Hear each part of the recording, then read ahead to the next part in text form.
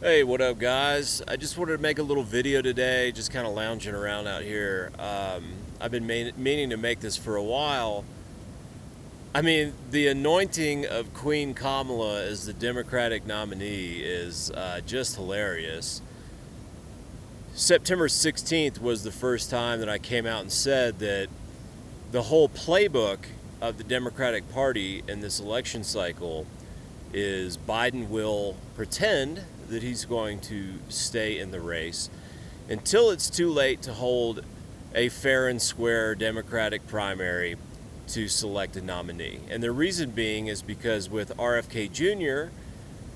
in the Democratic Party and running for the nominee, uh, you know, he would have won easily, would have had no problem, and he would have been the Democratic nominee. And Democratic Party doesn't want that. He doesn't stand for any of the things that the Democratic Party stands for. And by stands for, I mean the stands for is all talk anyway. I mean what they're really about.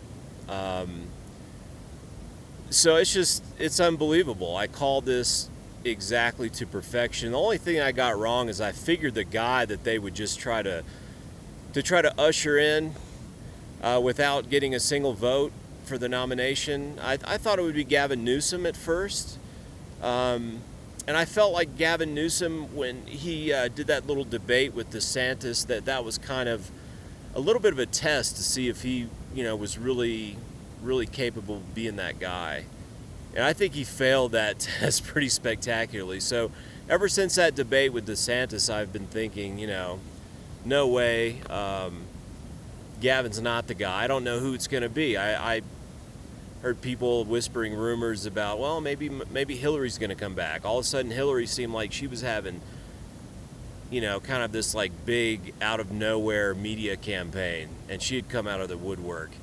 But again, I think that was a test too. I think that test revealed that nobody gave a shit about Hillary. But I mean, Kamala is. You gotta be kidding me. I mean, this person is not popular at all, never been popular. Her 2020 campaign was laughable. I mean, Michael Bloomberg, the sleazy, slimy billionaire guy, most unlikable guy ever. He was ahead of her before she dropped out in that campaign. So was Pete and several other people.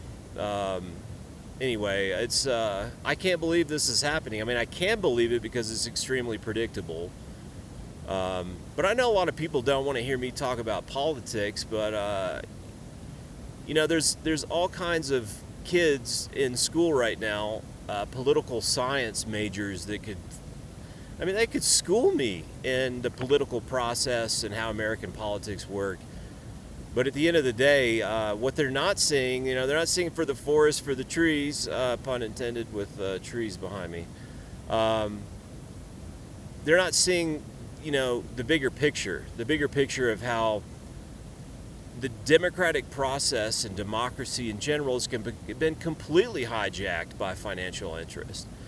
And, I mean, how brain dead do you have to be to not fully realize and recognize that? And democracy in the United States is just almost completely dead. I mean, it had like a little flicker of a pulse when Trump got elected, because it was like, oh wow, the system doesn't always win. Sometimes the system can be infiltrated. It was just infiltrated by a douchebag. So, I don't know. We'll see what happens, but I think this decision to go with Kamala is going to backfire spectacularly. I think her momentum is the best it's going to be right now, and it's just going to keep sinking and sinking and sinking because she's just, some people just aren't likable. This is like putting an actor in a movie that nobody likes and expecting it to just work. I just don't think you can force Kamala on people and it work. I do think it's going to become more and more evident throughout September and into October that Kamala's just going to get her ass kicked head-to-head versus Trump. And I'm still hoping, I know it's a remote possibility, but I'm still hoping that once people realize Kamala is done for, she's not going to win, that people will jump ship and realize that RFK Jr. is really the only person who has a real chance against Trump.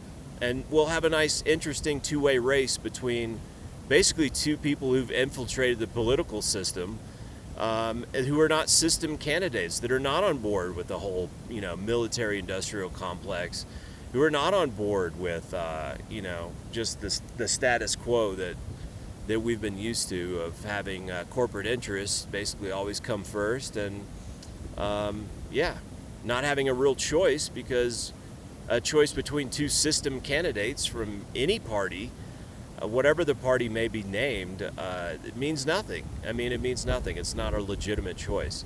Anyways, hopefully the wind is not totally screwing up my video, but 'tis the nature of filming videos outdoors. Videos aren't always perfect. Anyway, I called it, and I'm not surprised at all. The only surprise is Kamala. Terrible choice. It's going to blow up and backfire spectacularly. And like I said, hopefully we have the squaring off between RFK Jr. and Trump, and have at least a little tiny bit of hope, a little tiny sliver of hope that maybe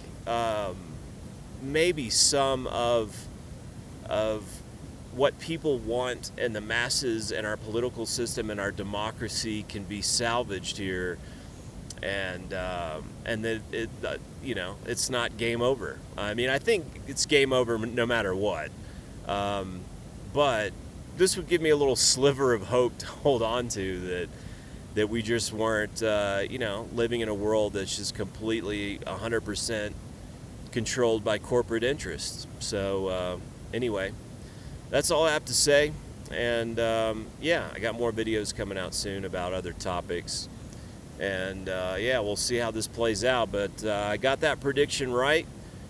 You can go back and watch my video, who the next president is going to be. I think I made that in November, and then I posted publicly about it on Buck Books September 16th, making the same prediction that they were going to anoint someone as the Democratic nominee with no democracy actually needed. And I aced that, and we'll see how this next prediction goes, but I'm really hoping that we get it down to the two-way race that we all kind of want to see, between RFK Jr. and Trump. That would be interesting. But we'll see how it plays out from here, but I cannot believe that people are okay with someone just being named the fucking Democratic nominee without getting a single vote. I mean, we're just going to tell you the nominee is going to be. We're just going to skip that whole primary thing and just tell you who it's going to be. How does your head not explode in frustration? And I mean, it's unbelievable. I mean, a vote for someone who's been just appointed like that, skipping the primary process, that's fucked up, man. Like,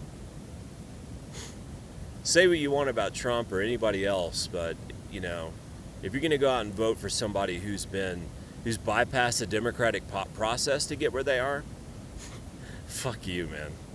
So that's all I got to say. But hopefully nobody votes for Kamala, and her irrelevance and inability to win something of this magnitude, it should show itself pretty soon.